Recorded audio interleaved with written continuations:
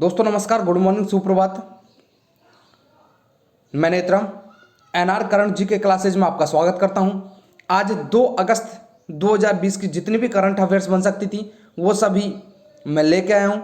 दोस्तों यहां पर मैं जो भी प्रश्न कराता हूं बहुत ही अच्छे लेवल के प्रश्न होते हैं जिनके बारे में मैं अलग से भी जानकारी देता हूं, अलग से भी फैक्ट बताता हूं और जिससे आपका स्टैटिक पोर्शन मजबूत होता है और आप परीक्षा में अच्छा स्कोर कर सकते हैं। दोस्तों इस वीडियो की पीडीएफ आपको टेलीग्राम चैनल के लिंक पर मिल जाएगी। टेलीग्राम चैनल की लिंक मैं डिस्क्रिप्शन बॉक्स में नीचे दे दूंगा, जहां से आप वीडियो की पीडीएफ डाउनलोड कर सकते हैं। दोस्तों आज का पहला प्रश्न है, बहुत ही अच्छा प्रश्न है, बहुत ही इंपॉर्टेंट प्रश्न है। आज का पहला प्रश्न की तरफ दोस्तों ये देखिए, हमारा आज का पहला प्रश्न है, ट्रांस यूनियन सिविल के सहयोग से किस वित्तीय संस्थान ने एमएसएमई सक्षम पोर्टल लॉन्च किया है? ऑप्शन है सिडबी, यूटीआई, एचडीएफसी, इनमें से कोई नहीं। सही जो आंसर है ऑप्शन ए है, ए इसका सही आंसर है। सिडबी इसका सही आंसर है। सिडबी जो हिंदी में इसको बोलेंगे भारतीय लघु उद्योग विकास बैंक, भारतीय लघु उद्योग विकास बैंक ने ट्रांस यूनियन जो सिविल के साथ मिलकर एमएसएमई सक्षम के नाम से एक ज्ञान पोर्टल लॉन्च किया है।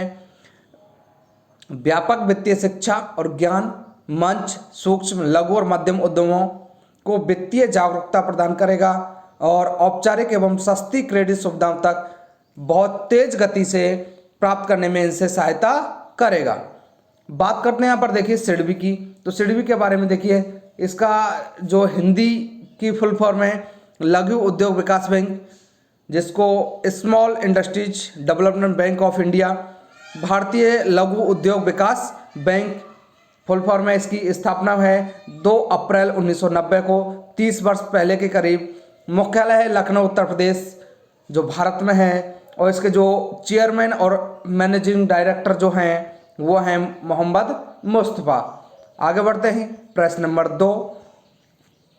निजी क्षेत्र द्वारा अंतरिक्ष गतिविधियों और इसरो सुविधाओं के उपयोग को विनियमित करने वाली नोडल एजेंसी का नाम क्या है? ऑप्शन है in space, NASA, space x, इनमें से कोई नहीं।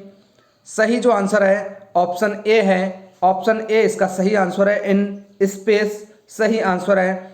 भारतीय अंतरिक्ष अनुसंधान संगठन ने हाल ही में घोषणा की कि इन स्पेस का जो हिंदी होता है भारतीय राष्ट्रीय अंतरिक्ष संवर्धन और प्राधिकरण केंद्र अंतरिक्ष गतिविधियों और निजी क्षेत्रों द्वारा इसरो सुविधाओं के उपयोग को विनियमित करने वाली एक नोडल एजेंसी होगी। केंद्रीय मंत्रिमंडल ने इन स्पेस की स्थापना एक अलग निकाय के रूप में की है। आगे बढ़ते हैं, प्रश्न नंबर 3 देखिए। प्रश्न नंबर 3 बहुत ही अच्छा प्रश्न है। किस देश ने एक कानून को मंजूरी दी है जो सोशल मीडिया सामग्री को विनियमित करने के लिए अधिक शक्ति देता है? ऑप्शन है तुर्की, हैती, ईरान और सऊदी अरब। सही जो आंसर है ऑप्शन ए है तुर्की इसका सही आंसर है। तुर्की की जो संसद है उसने एक नए कानून को मंजूरी दी है जो अपने अधिकारियों को सोशल मीडिया सामग्री को विनियमित करने की अधिक शक्ति देता है। इस कानून के अनुसार फेसबुक, ट्विटर जैसी प्रमुख सोशल मीडिया कंपनियों को प्रतिनिधि कार्यालय रखना होगा और तुर्की में उपयोगकर्ता डेटा को भी संग्रहित करना होगा। बात करते हैं पर तुर्की की, तो तुर्की के बारे में देखिए, राजधानी है अंकारा, सबसे बड़ा शहर है इस्तांबुल, राजभाषा तुर्की है, राष्ट्रपति रिसेप तैयब एर्डोगन है, प्रधानमंत्री बिन अली यल्दरम है और यहाँ की जो मुद्रा है वो तुर्किश लीरा है। मुद्रा को जरूर याद रखिएगा, मुद्रा कई बार जो परीक्षाएं हैं उनमें आती रहती हैं, तो तुर्की की मुद्रा को याद रखिएगा। तुर्की की जो मुद्रा है वो लीरा है। आगे बढ़ते हैं, प्रश्न नंबर 4। किस व्यापार संघ ने ईज ऑफ डूइंग बिजनेस पर राष्ट्रीय डिजिटल सम्मेलन का आयोजन किया है? ऑप्शन है ए CII, ISCCI, ESCII, इनमें से कोई नहीं। जो सही आंसर है ऑप्शन ए है, ए ऑप्शन इसका सही आंसर है। CII इसका सही आंसर है। केंद्रीय जो वाणिज्य मंत्री हैं पीयूष गोयल ने देश में निवेश संबंधी निर्णयों के लिए एकल खिड़की की अवधारणा को बढ़ावा देने के उद्देश्य से आत्मनिर्भर भारत के लिए व्यापार में आसानी पर CII राष्ट्रीय डिजिटल सम्मेलन का उद्घाटन किया है। मंत्री ने ये संकल्प किया है कि सरकार अगले 5 सालों में देश को ऑप्टिक फाइबर से कवर करने के लिए प्रतिबद्ध है। बात करते हैं यहाँ पर देखिए CII की फुल फॉर्म है कॉन्फेडरेशन ऑफ इंडियन इंडस्ट्री, भारतीय उद्योग परिसंघ इसको हिंदी में बोलते हैं। मुख्यालय नई दिल्ली में है। इसकी स्थापना 1895 में हुई और जो प्रमुख हैं वो हैं उदय कोटक इसके प्रमुख हैं। आगे बढ़ते हैं। प्रश्न नंबर 5 देखिए। प्रश्न नंबर 5, ग्रामीण विकास को बढ़ावा देने के लिए CSIR और विज्ञान भारती के साथ किस संस्था ने उन्नत भारत अभियान शुरू किया है?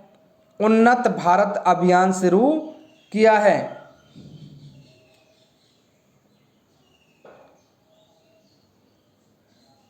ऑप्शन है IIT Delhi, IIT Pune, IIT Mumbai, IIT Kharagpur.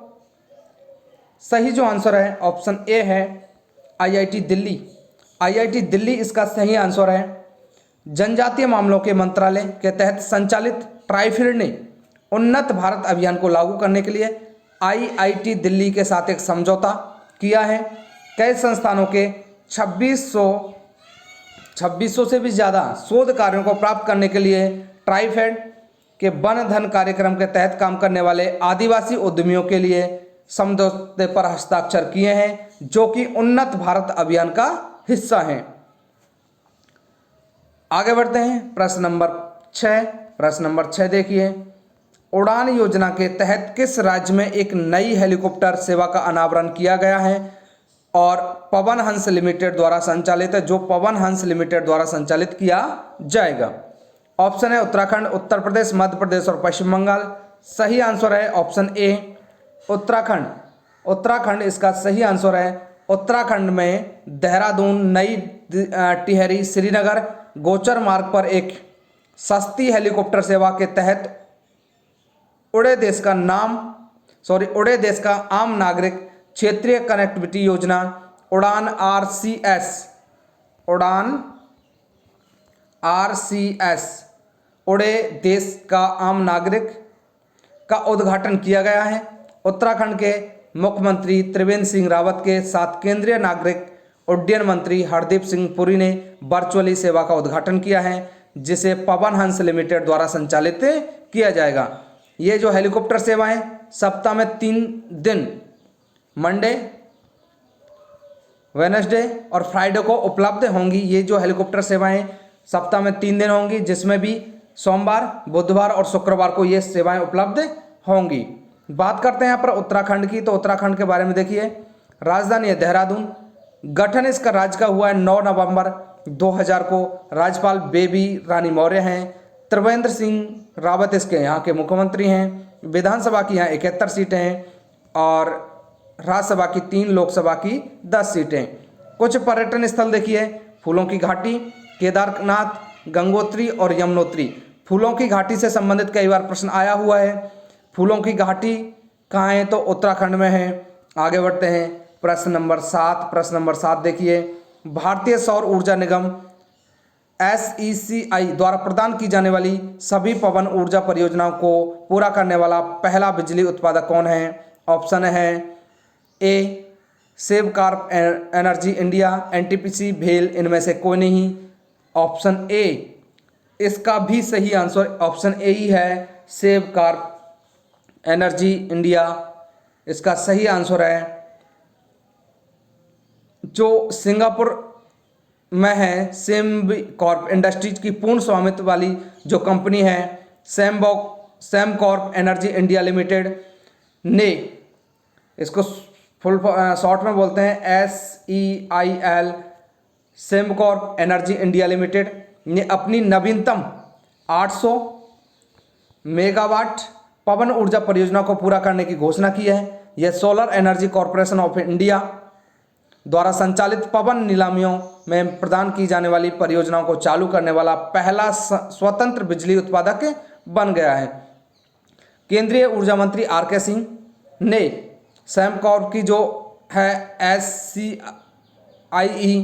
1, 2, 3 पवन परियोजनाओं को राष्ट्र को समर्पित किया है।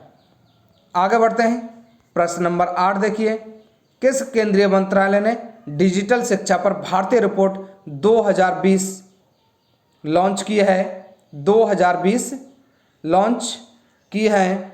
ऑप्शन है कपड़ा मंत्रालय, मानव संसाधन विकास मंत्रालय, वित्त मंत्रालय, रक्षा मंत्रालय। ऑप्शन बी सही आंसर है, मानव संसाधन विकास मंत्रालय। मानव संसाधन विकास मंत्रालय ने हाल ही में डिजिटल शिक्षा पर भारतीय रिपोर्ट 2020 शुरू की है।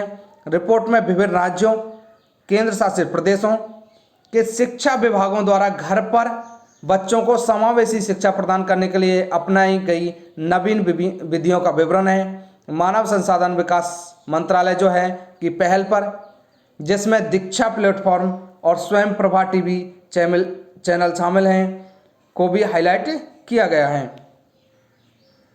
आगे बढ़ते हैं, प्रश्न number 9, defence institute of advance technology द्वारा विकसित मेडिकल बेड आइसोलेशन सिस्टम का नाम क्या है? बहुत ही अच्छा प्रश्न है, ध्यान से सुनिएगा, ध्यान से देखिएगा। ऑप्शन है आश्रम, मौसम, आश्रय, इनमें से कोई नहीं।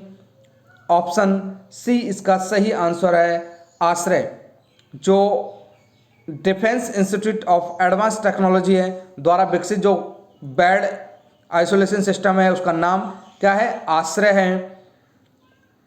भारत में कोविड-19 के बढ़ते मामलों का मुकाबला करने के लिए पुणे में एक विश्वविद्यालय ने देश में घातक वायरस के प्रसार को रोकने के लिए आश्रय नाम से एक चिकित्सा बिस्तर अलगाव प्रणाली विकसित की है। Defence institute of advance technology ने इस प्रणाली को कम लागत वाली पुनः प्रयोज्य समाधान के रूप में विकसित किया है, जिससे कि कोविड-19 रोगियों के उचित अलगाव को बनाया रखा जा सके।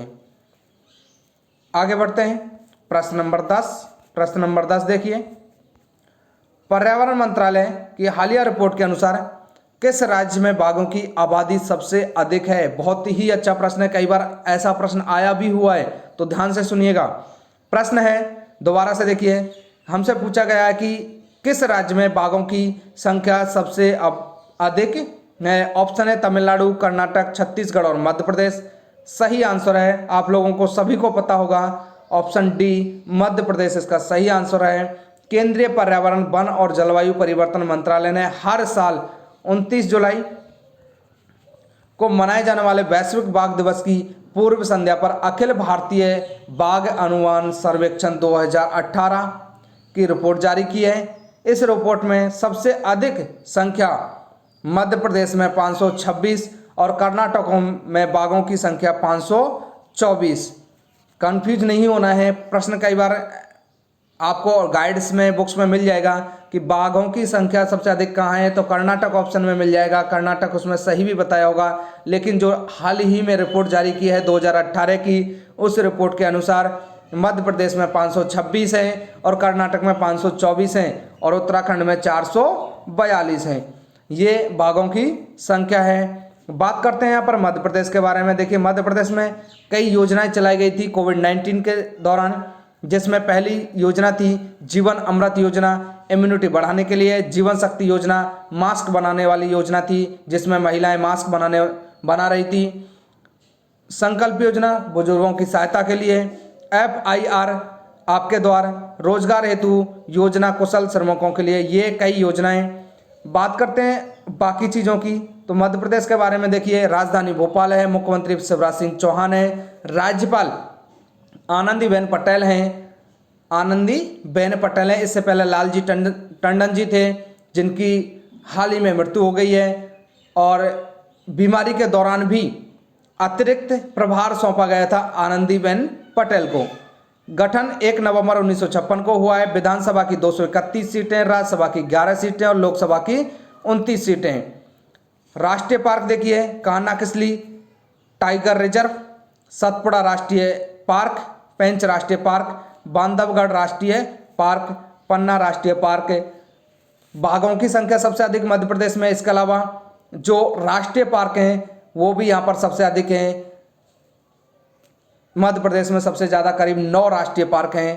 प्रश्न ये भी बन सकता है कि राष्ट्रीय पार्क किस राज्य में सबसे अधिक हैं, तो मध्य प्रदेश में सबसे अधिक हैं। आगे बढ़ते हैं।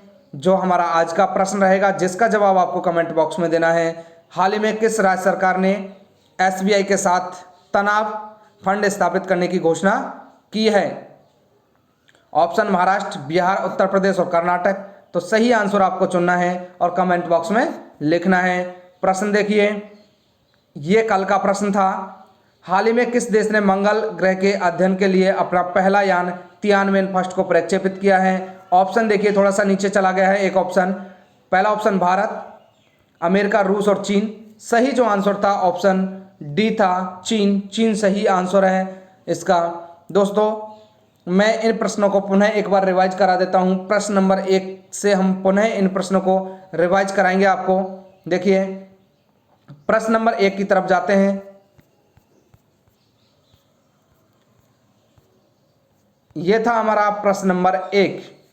ट्रांस यूनियन सिविल के सहयोग से किस वित्तीय संस्थान ने MSME सक्षम पोर्टल लॉन्च किया है? ऑप्शन ए सही आंसर था सिडबी इसका सही आंसर था। प्रश्न नंबर 2, निजी क्षेत्र द्वारा अंतरिक्ष गतिविधियों और इसरो सुविधाओं के उपयोग को विनियमित करने वाली नोडल एजेंसी का नाम क्या है? ऑप्शन ए इन स्पेस उसका सही आंसर है। ऑप्शन प्रश्न नंबर 3 देखिए, किस देश ने एक कानून को मंजूरी दी है जो सोशल मीडिया सामग्री को विनियमित करने के लिए अधिक शक्ति देता है? ऑप्शन ए तुर्की इसका सही आंसर है। प्रश्न नंबर 4 देखिए, किस व्यापार संघ ने ईज ऑफ डूइंग बिजनेस पर राष्ट्रीय डिजिटल सम्मेलन का आयोजन किया है? ऑप्शन है CII इसका सही आंसर है। प्रश्न नंबर 4 देखिए, ग्रामीण विकास को बढ़ावा देने के लिए CSIR और विज्ञान भारती के साथ किस संस्था ने उन्नत भारत अभियान शुरू किया है? Option A IIT Delhi. प्रश्न नंबर 6 देखिए, प्रश्न नंबर 6, उड़ान योजना के तहत किस राज्य में एक नई हेलीकॉप्टर सेवा का अनावरण किया गया है और पवन हंस लिमिटेड द्वारा संचालित किया जाएगा? Option A Uttarakhand. प्रश्न नंबर 7 देखिए, भारतीय सौर ऊर्जा निगम द्वारा प्रदान की जाने वाली सभी पवन ऊर्जा परियोजनाओं को पूरा करने वाला पहला बिजली उत्पादक कौन है? Sembcorp energy India. Option A सही आंसर है। प्रश्न नंबर 8 देखिए, किस भारतीय मंत्रालय ने डिजिटल शिक्षा पर भारतीय रिपोर्ट 2020 लॉन्च की है? ऑप्शन बी इसका सही आंसर, मानव संसाधन विकास मंत्रालय। प्रश्न नंबर 9 देखिए, defence institute of advance technology द्वारा विकसित मेडिकल बेड आइसोलेशन सिस्टम का नाम क्या है? ऑप्शन है सी आश्रय इसका सही आंसर है। प्रश्न नंबर 10 देखिए, पर्यावरण मंत्रालय की हालिया रिपोर्ट के अनुसार किस राज्य में बाघों की आबादी सबसे अधिक है? ऑप्शन डी इसका सही आंसर है, मध्य प्रदेश इसका सही आंसर है। आगे बढ़ते हैं। जो हमारा आज का प्रश्न रहेगा जिसका जवाब आपको कमेंट बॉक्स में देना है। हाल ही में किस राज्य सरकार ने SBI के साथ तनाव फंड स्थापित करने की घोषणा की है? ऑप्शन थे महाराष्ट्र, बिहार, उत्तर प्रदेश और कर्नाटक। सही आंसर आपको चुनना है और कमेंट बॉक्स में लिखना है। ये हमारा कल का प्रश्न था। प्रश्न यह था कि मंगल ग्रह के अध्ययन के लिए हाल ही में जो यान तियानवेन-1 को प्रक्षेपित किया है वो किस देश ने किया है? तो ऑप्शन नीचे थोड़ा सा चले गए हैं, तो ऑप्शन डी इसका सही आंसर था, चीन इसका सही आंसर था। दोस्तों, मैं आशा करता हूं वीडियो आपको अवश्य ही अच्छी लगी होगी। वीडियो को लाइक करें, शेयर करें और जो साथी पहली बार वीडियो को देख रहे हैं जिन्होंने चैनल को सब्सक्राइब नहीं किया है वो चैनल को सब्सक्राइब करें। सभी के लिए धन्यवाद।